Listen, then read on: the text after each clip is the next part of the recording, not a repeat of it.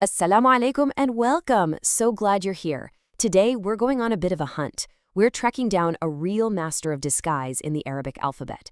This is a letter that absolutely loves to change its look. But don't you worry because we have a secret weapon to find it every single time. Let's get right into it. All right, think of this like a game of Where's Waldo, or Where's Wally if you're over in the UK. Somewhere in this jungle of letters is the one we're looking for, hiding in plain sight. It's just a fun little challenge to get our brains warmed up. Take a look. See if you can spot a shape that just keeps on changing.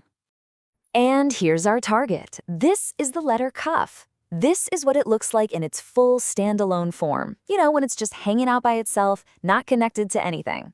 This is the shape we really need to lock into our memory, because it's our home base, our starting point for the whole hunt. Okay, now for that secret weapon I mentioned. How in the world are we going to remember this shape? Well, I want you to imagine something a little silly.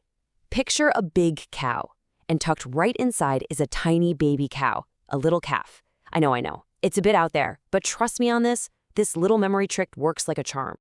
And this right here, this perfectly captures my own amazing artistic skills.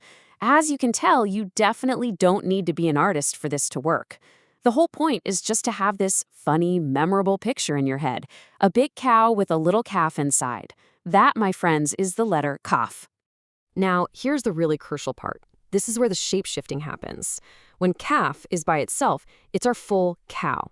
But at the beginning or in the middle of a word, it kind of stretches out and sends out this little connector. We're going to call it an antenna. Then, right at the very end of a word, boom, it goes right back to its full, familiar shape. Okay, quick pause for a super important detail. That little mark inside the final kaf, our calf, it is not a hamza. A hamza looks different, and it's a completely separate character with its own job. The mark inside the kaf is totally unique to this letter. The best way to think of it is just as a tiny miniature version of the letter itself. All right, our training is complete, the hunt is officially on. And hey, since we're talking about cows and calves, let's go find some beef. We're going to scan some real Arabic text and see just how many kafs we can spot out in the wild. You ready for this? Here we go. Look really closely at this first line. Now remember, we're probably not going to see the full cow shape just yet.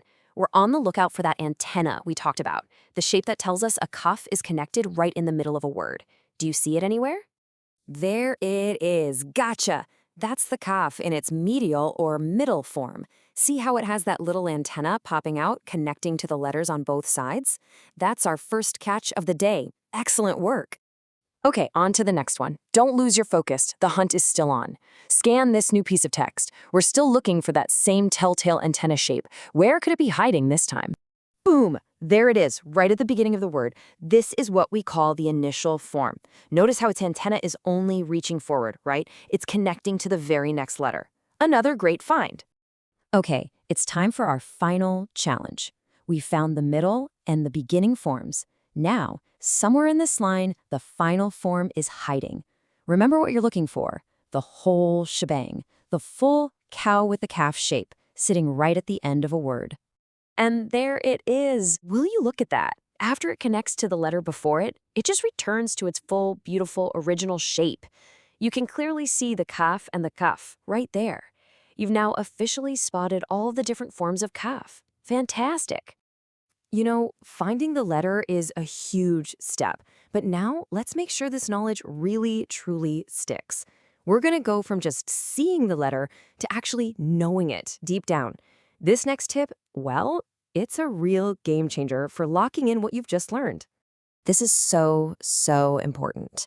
Every single time you find a kaf from now on, I want you to pause and do these 3 things.